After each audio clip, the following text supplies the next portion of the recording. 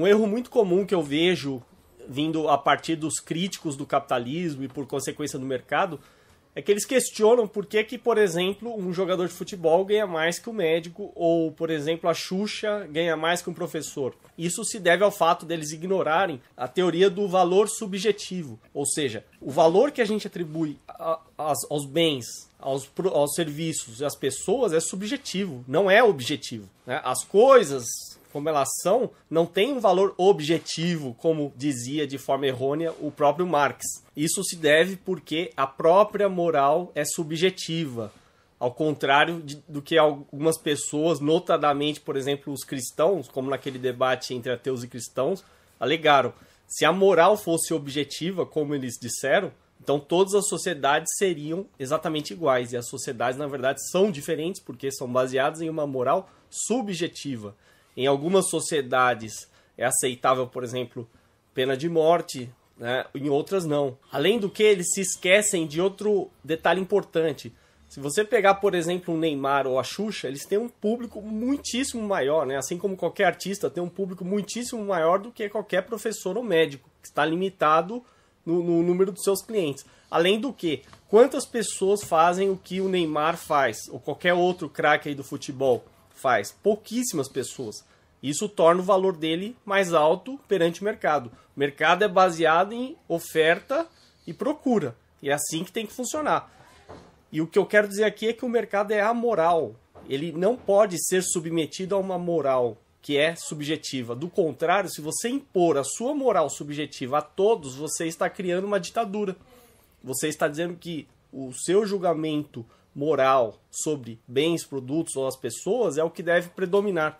E aí você acaba com o mercado, você acaba com a diversidade de escolhas, você acaba com a liberdade individual de julgar o valor das coisas. Eu lembro, por exemplo, de uma declaração infeliz do vereador Aguinaldo Timóteo, um dos piores políticos que a gente tem, e ele protestando, dizendo que é justo aumentar o salário, comparando como, por exemplo, o que ganha um jogador de futebol, como o próprio Neymar.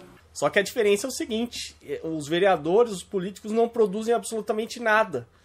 E ele está se baseando em quem produz, em quem de fato o mercado premiou, né, reconheceu que aquele serviço é útil. Esse é um dos maiores erros do Estado, ao determinar o valor de supostos serviços que são completamente reais, como, por exemplo, juízes, desembargadores ganhando mais de 400 mil reais. Isso aí no mercado seria completamente irreal, impossível, porque existe uma infinidade de juízes, desembargadores, eles não são tão especiais assim, não fazem algo tão único para ganhar tanto. E essa é uma das explicações porque o socialismo fracassou completamente no mundo, porque ao você admitir uma economia planejada, submetida a um poder central que atribui valor objetivo a tudo, você acaba com o mercado, você acaba com o dinamismo do mercado e você acaba com a liberdade individual das pessoas atribuírem valor subjetivo ao que elas quiserem. Quando alguém vai produzir um produto, ele tem que determinar os custos de produção baseado na expectativa subjetiva dos consumidores e não o contrário. Não adianta você produzir algo com custos altíssimos e depois colocar um valor seu próprio, né, altíssimo, se isso não corresponde à expectativa subjetiva dos consumidores. É o que acontece, por exemplo, no caso dos vereadores.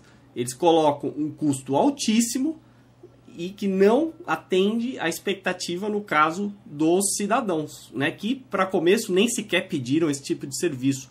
É um serviço tão ruim e tão medíocre que tem que ser imposto na base da força, coercitivamente. Ao contrário do mercado, que não impõe nada. O consumidor escolhe o que quer comprar ou não.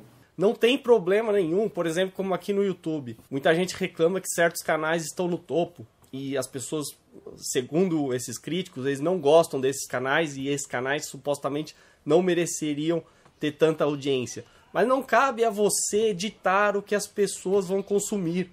Todos nós somos consumidores. O mercado é formado essencialmente por consumidores. É gente que produz, mas consome também. Então, se, por exemplo, um determinado vlogueiro está no topo do YouTube, se tem muitos inscritos, é mérito dele sim. porque ele atendeu a uma demanda do mercado. Ele criou algo que o mercado, né, formado por consumidores, quer consumir. E não tem problema nenhum nisso. Você tem todo o direito de criticar, de dizer que na sua avaliação subjetiva aquilo lá não tem valor. Né? Você pode, sim, dizer que um canal aqui no YouTube com menos inscritos tem mais valor segundo a sua visão subjetiva, mas você não pode impor a sua visão a todos de forma objetiva. Do contrário, você instaura uma ditadura e acaba com tudo do bom e do melhor que o mercado tem. Se você quisesse fazer um professor, por exemplo, ganhar o salário do Neymar e o Neymar ganhar o salário de professor, você acabaria com ambas as profissões. Porque ninguém conseguiria pagar o salário do Neymar para um professor e você acabaria com o aparecimento de novos craques como o Neymar. Então pense nisso, o mercado é o maior produtor de bens e serviços e é por isso que a gente tem que defendê-lo. Tudo que a gente tem aqui, tudo que você usa na internet é produto do mercado, jamais do Estado. Então defenda quem produz e quem melhora a sua vida, não quem piora.